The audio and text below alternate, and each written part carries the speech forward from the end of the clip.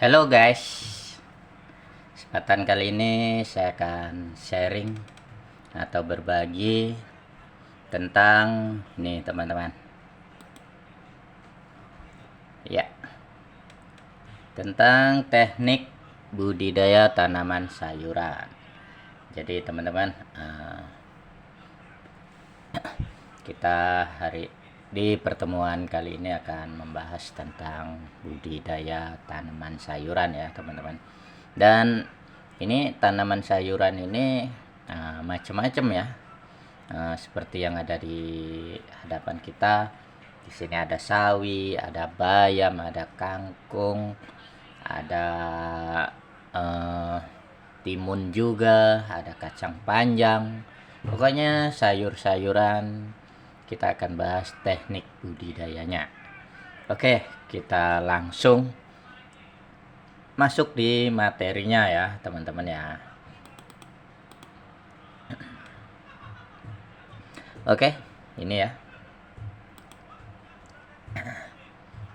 Jadi teman-teman, di sini teknik budidaya tanaman sayuran itu ada beberapa poin yang harus kita perhatikan atau harus kita lakukan ya. Tidak cuma diperhatikan, tetapi harus dilakukan dalam budidaya tanaman sayuran. Jadi yang pertama itu adalah persiapan lahan. Terus yang kedua persemaian. Kemudian yang ketiga penanaman. Selanjutnya pemeliharaan tanaman. Dan selanjutnya yaitu panen atau pengambilan hasil. Dan poin yang terakhir adalah pasca panen atau penanganan hasil panen. Oke, kita masuk di poin yang pertama, yaitu persiapan lahan. Jadi teman-teman, di sini persiapan lahan adalah atau dimulai dari pembersihan lahan ya. Yang pertama yaitu land clearing, adalah pembersihan lahan yang akan dijadikan area pertanaman. Ada banyak cara yang biasa dilakukan petani untuk melakukan land clearing, mulai dari manual, mekanis, hingga penggunaan bahan kimia seperti herbisida. Jadi teman-teman, di saat pembersihan lahan ini maksudnya nebas. Yang pertama mungkin lahan yang akan kita gunakan untuk budidaya itu masih semak belukar ya, seperti ada yang di contoh, yaitu itu bisa kita lakukan dengan cara penebasan. Jadi kita menggunakan arit atau parang untuk membersihkan gulma-gulma yang mengganggu. Dan juga bisa menggunakan manual, menggunakan alat. Misalnya alat itu kan saat ini sudah banyak beredar atau dibuat mesin tebas ya. Dan selain itu juga masyarakat kita juga sering menggunakan herbisida, yaitu dengan cara disemprot itu bisa sistemnya sistemnya kontak atau sistemik.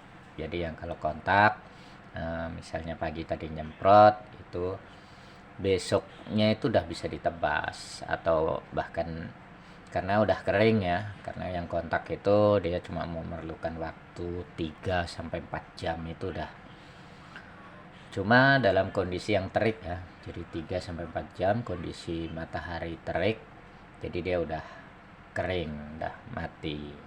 Berbeda kalau sistemik itu bisa 3-4 hari atau bahkan 1 minggu, tergantung juga jenis gulmanya.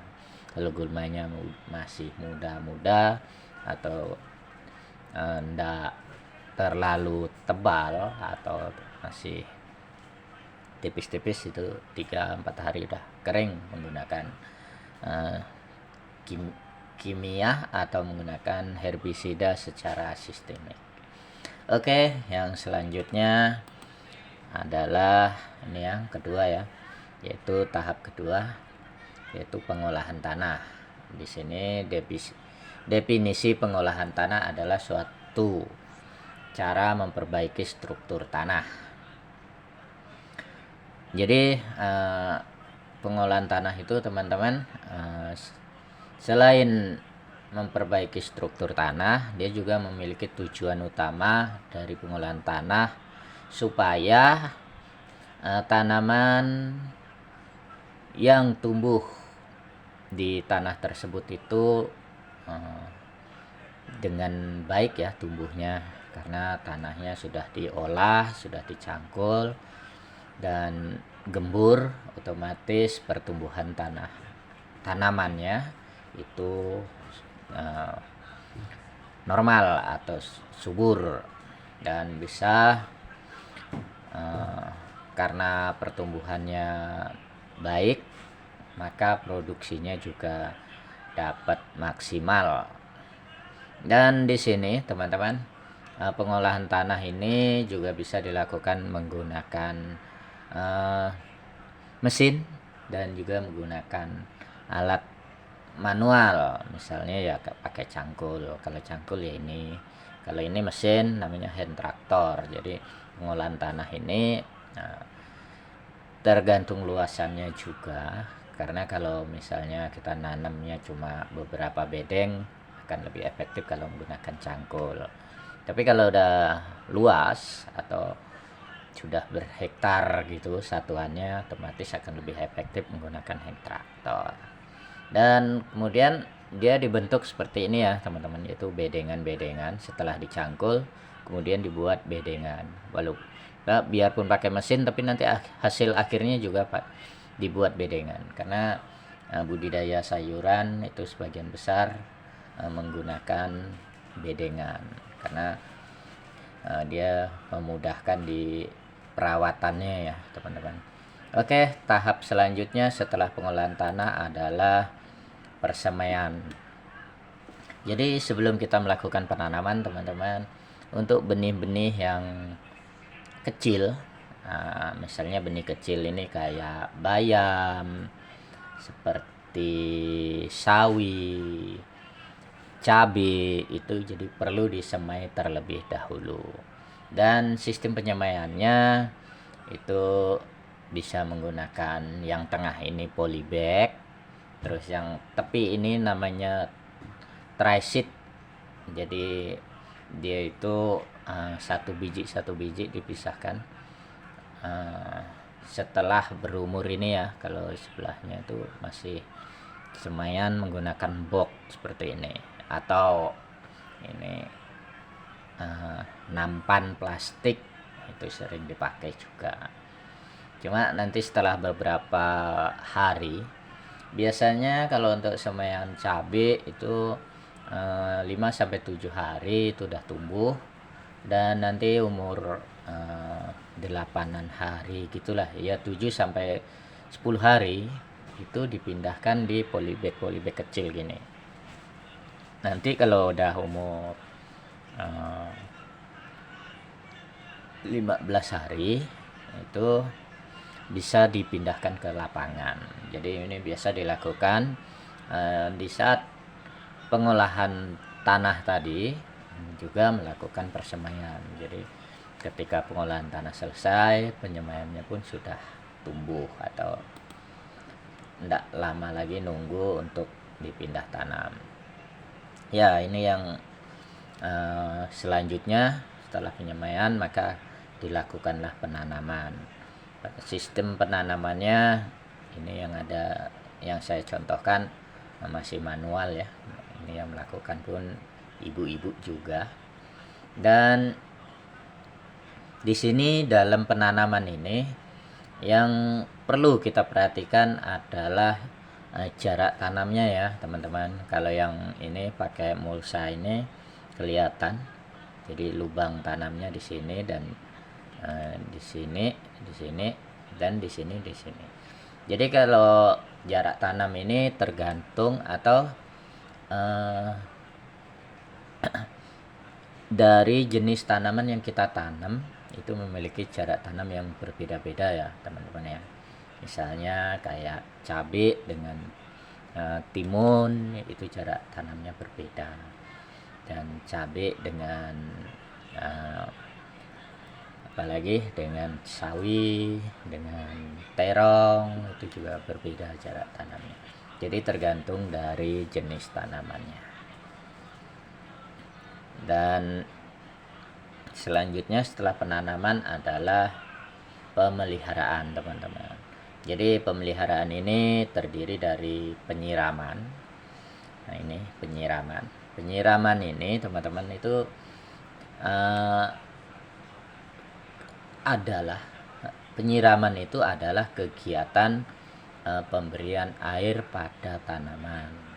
Tapi ini dilakukan apabila tanaman kita itu mengalami kekeringan, ya teman-teman. Mengalami kekeringan atau tanaman kita itu berada di dataran tinggi. Jadi di situ dijamin pasti memerlukan air. Karena tanaman sayuran itu bisa dikatakan harus menerima air yang cukup. Jadi air untuk budidaya sayuran ini harus cukup. Jadi kalau misalnya curah hujannya kurang, maka kita harus melakukan penyiraman. Tetapi berbeda dengan budidaya yang memang atau mengharuskan kita setiap pagi dan sore disiram. Itu ada jenis tanamannya, teman-teman. Tergantung sayuran apa yang kita tanam. Tapi kalau misalnya kita nanam kayak timun, kacang panjang, itu kalau curah hujannya udah cukup, tidak perlu dilakukan penyiraman. Kalau yang saya katakan tanaman perlu disiram pagi dan sore, itu misalnya seperti bawang merah, sawi, itu biarpun hujan dia tetap harus disiram, teman-teman. Karena kalau tanaman sawi dan bawang merah itu kalau hujan itu malah butiran-butiran tanah atau pasir itu suka menempel di daun. Jadi dengan adanya butiran-butiran pasir atau tanah itu bisa menghambat pertumbuhan tanaman. Makanya perlu dilakukan penyiraman, yaitu pagi dan sore. Dan setelah penyiraman, teman-teman, yang harus kita lakukan adalah penyulaman. Jadi penyulaman ini dilakukan apabila tanaman yang kita tanam tadi itu mati, teman-teman. Misalnya satu bedeng kita punya, tidak usah banyak-banyak ya, misalnya 20 lubang tanam atau 20 batang tanaman. Ternyata dari 20 batang itu ada yang mati 2 atau 3 batang. Maka supaya kembali lagi ke 20, maka perlu kita lakukan penyulaman. Dan penyulaman ini kita ambil dari bibit yang kita semai tadi, teman-teman, yang sama. Jangan kita menggunakan benih. Nah, karena kalau kita menggunakan benih yang baru belum disemai, otomatis nanti bukan tidak boleh ya, bukan tidak boleh saya katakan di sini, boleh aja, tetapi di situ memiliki kerugian. Karena kalau penyulaman dilakukan menggunakan benih yang baru, maksud saya, yang bukan yang disemai sama-sama awal kita melakukan penyemaian, maka yang akan kita dapati salah satunya kerugiannya, yaitu umurnya itu udah berbeda, teman-teman. Nanti saya katakan tadi kan ada 20 lubang tanam di bedengan dan mati tadi sekitar 3 atau 4. Jadi yang 16 itu misalnya sudah merambat atau sudah berdaun 4 atau berdaun 6, lalu baru kita lakukan penyemaian benih baru, otomatis nunggu 3-4 hari lagi dia baru tumbuh atau baru berkecambah.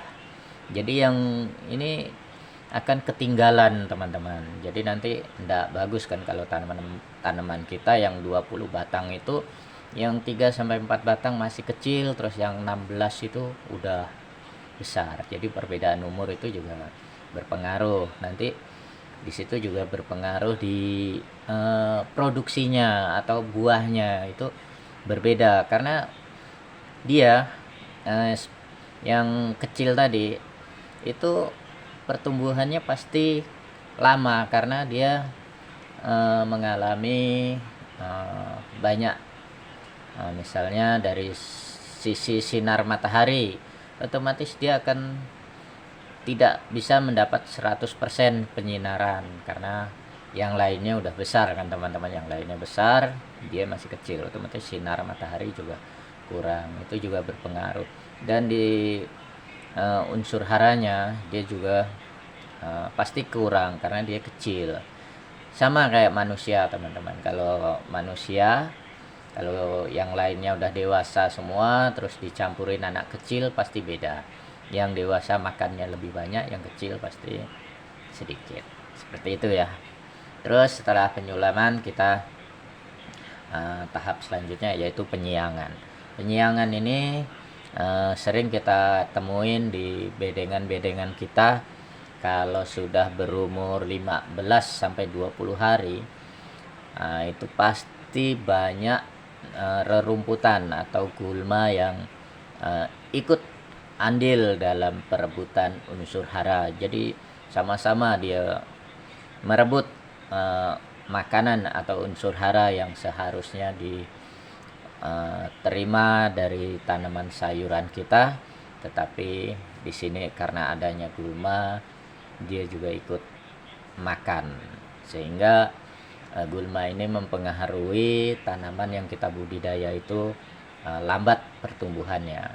Jadi kalau teman-teman punya tanaman banyak gulmanya, bisa kita cek pasti pertumbuhannya agak lambat, karena di situ dia harus berbagi unsur hara ke gulma juga, bahkan tidak berbagi secara baik-baik ya teman-teman, ini justru lebih bisa dikatakan dia dirampok dirampok, direbut makanannya. Jadi misalnya tanaman ini memerlukan makanan 10 butir pupuk, tapi karena adanya gulma mungkin dia bisa mendapat makanan paling cuma 3 atau 4 butir, sisanya banyak direbut oleh gulma atau dimakan oleh gulma. Makanya di sini gulma-gulma harus kita siang ya teman-teman. Kita siang, kita bersihkan, dan setelah kita melakukan penyiangan, kemudian kita melakukan pembubunan ya teman-teman. Pembubunan ini dimaksudkan supaya batang tanaman itu dengan adanya pembubunan itu dia lebih kokoh berdirinya. Dan teman-teman, kalau kita sudah melakukan pembubunan itu pasti akan bermunculan akar-akar yang baru, jadi membuat tanaman kita lebih kokoh lagi. Jadi bukan cuma sekedar kokoh karena pembubunan, tapi juga kokoh adanya akar-akar yang tumbuh baru. Dan selanjutnya adalah pemupukan ya teman-teman. Pemupukan, dan yang terakhir itu pengendalian organisme pengganggu tanaman. Jadi pemupukan teman, tanaman itu perlu makan. Jadi ya seperti saya katakan di atas tadi, perlu makan. Jadi pupuk inilah yang menjadi makanan dari tanaman yang kita budidaya. Makanya kita perlu memberikan pupuk untuk tanaman kita. Seperti kita tidak cuma di tanaman aja, seperti kita pribadi. Kita pribadi misalnya satu hari perlu makan 2 atau 3 kali, maka tanaman kita juga perlu makan. Karena kalau misalnya kita tidak makan atau tidak cukup makanan, maka kita akan mengalami kurus. Badan kita akan kurus ya teman-teman. Atau kalau misalnya kita masih di masa pertumbuhan, maka pertumbuhan kita juga terhambat karena makanan kita kurang. Jadi di sini tanaman juga memerlukan makanan yang sehat dan cukup juga. Jadi tergantung dari jenis tanaman, Nah, tanaman apa yang kita budidaya, maksudnya ini lingkup sayuran ya, tanaman sayuran apa yang kita budidaya tergantung jenisnya.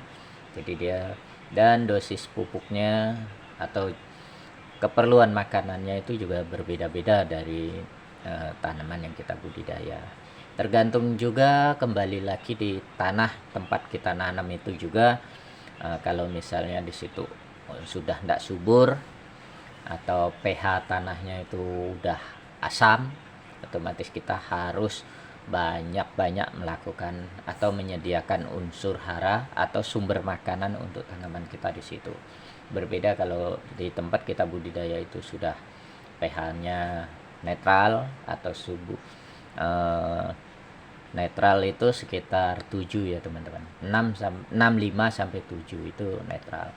Kalau udah tuh itu ke atas otomatis sudah subur, jadi kemungkinan pemupukan ini bisa berbeda dengan tempat yang pH-nya asam. Ya, itu teman-teman. Dan tahap selanjutnya yaitu pengendalian OPT, ini organisme pengganggu tanaman. Organisme ini kayak hama, penyakit gitu teman-teman. Jadi ini dikendaliin, cuma kalau kita menggunakan kimia kita tidak boleh berlebihan ya teman-teman. Pengendalian ini dilakukan untuk sistem kimia itu kita melihat dari sisi ambang ekonomi atau batas-batas ekonominya. Jadi kalau misalnya ada hama tanaman yang masih bisa dikendalikan secara manual atau secara apa aja, yang penting tidak menggunakan zat kimia, lebih baik kita lakukan itu terlebih dahulu. Kecuali kalau sudah di atas ambang ekonomi atau di atas batas yang sudah ditentukan, atau baru kita menggunakan zat kimia.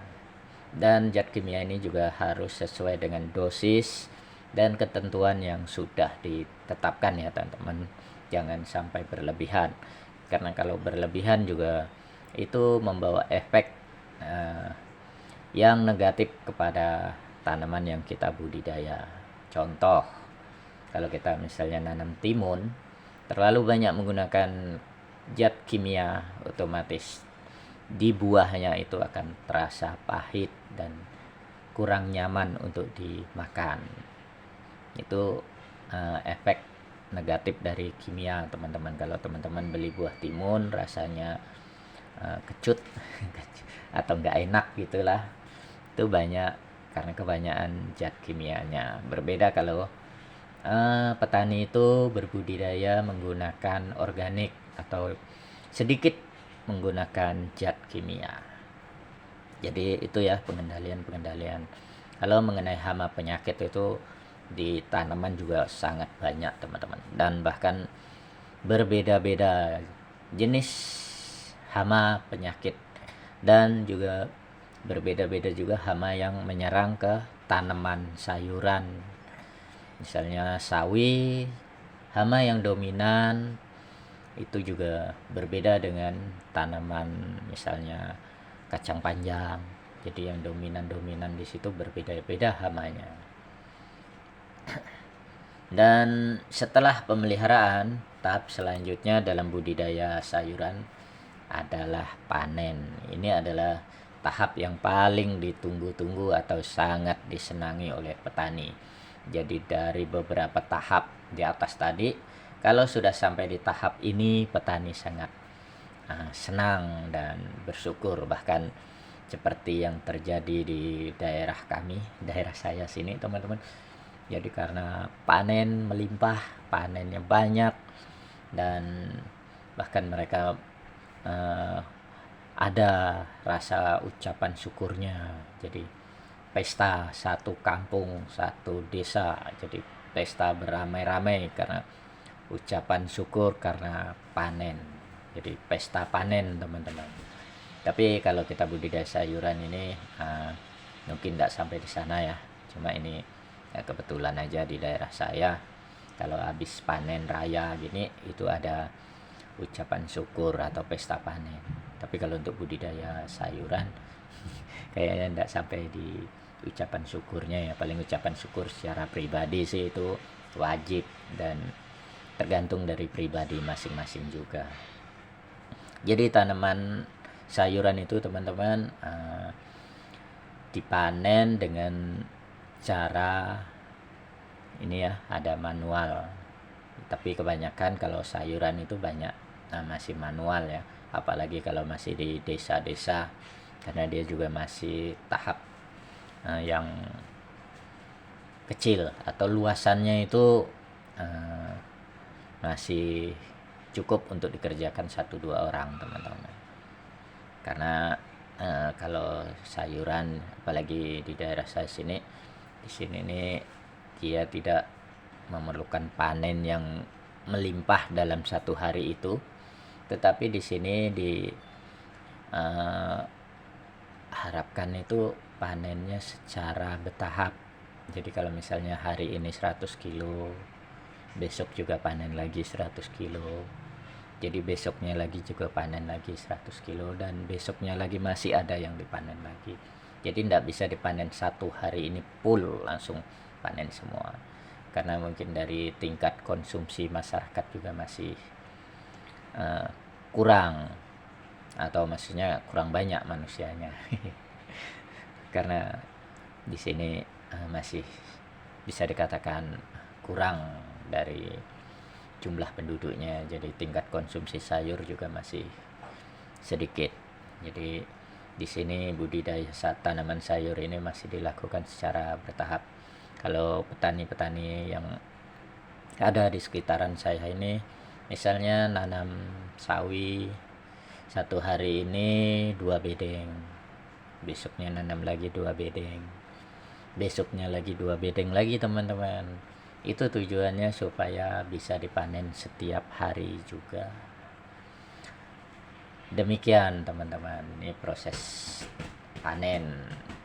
Dan panen ini teman-teman dilakukan sudah ada ketentuannya ya. Kalau misalnya sawi itu dipanen misalnya umurnya berapa, tanaman kangkung juga pada umur berapa gitu. Kalau misalnya kangkung itu misal umur 20 hari itu udah bisa dipanen teman-teman. Demikian sawi juga dia umur 25 hari itu juga udah bisa dipanen. Ini saya katakan 25 hari ini setelah tanam ya teman-teman, bukan dari nyemai, beda. Jadi setelah pindah semai.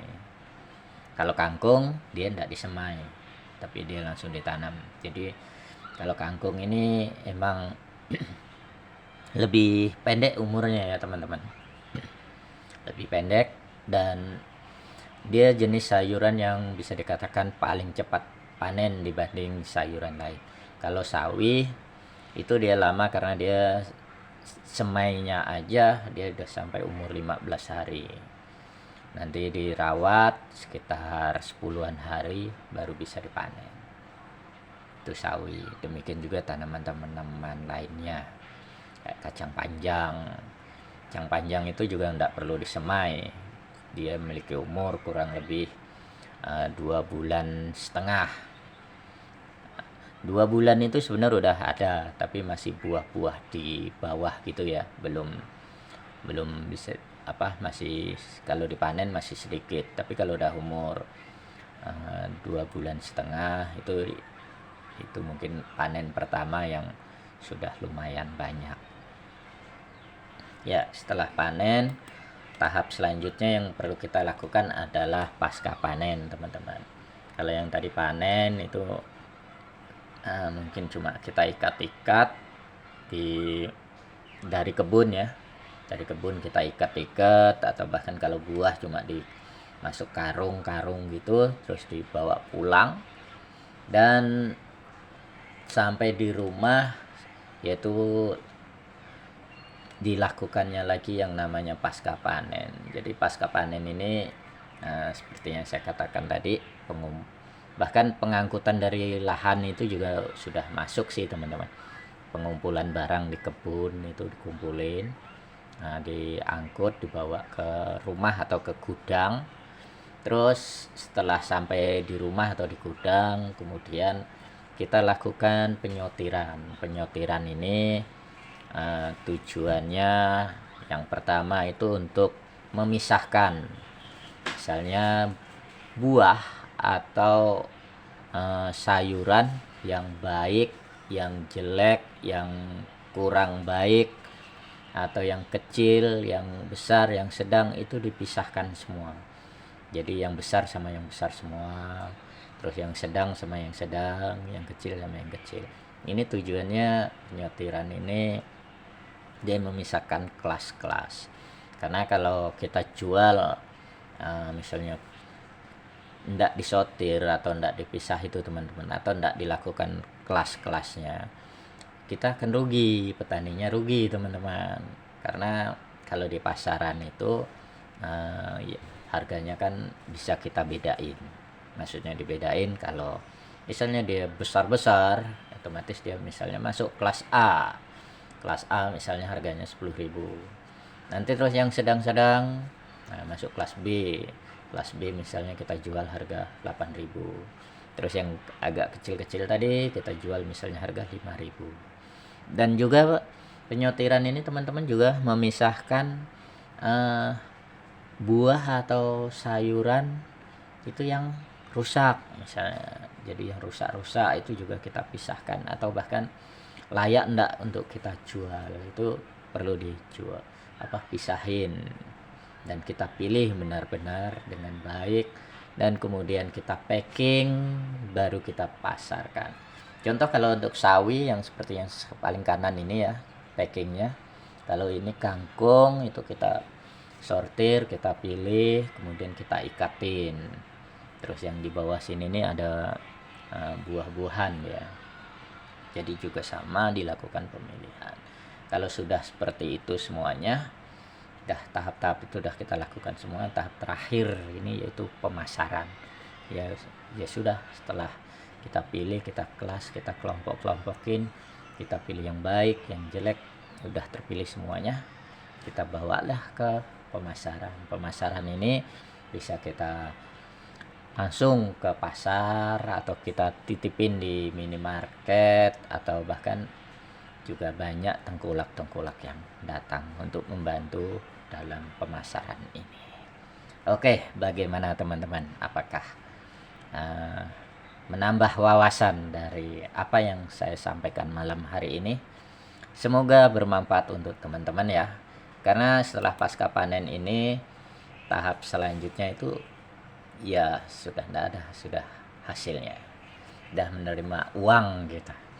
Ini adalah contoh tanaman-tanamannya. Ini kacang panjang, ini jagung, cuma ini terong ya. Ini juga ada bawang, terus di bawah ini kacang. Oke, terima kasih, semoga bermanfaat dan sukses untuk teman-teman, khususnya petani sayur Indonesia. Oke, sampai ketemu dengan Bang Bas Channel di konten-konten berikutnya. Dan jangan lupa tinggalkan jejak Bapak Ibu di sana, like, komen, dan tetap dukung channel Bang Bas supaya terus berkembang dan terus dapat berbagi di seputaran pertanian. Oke, selamat beristirahat.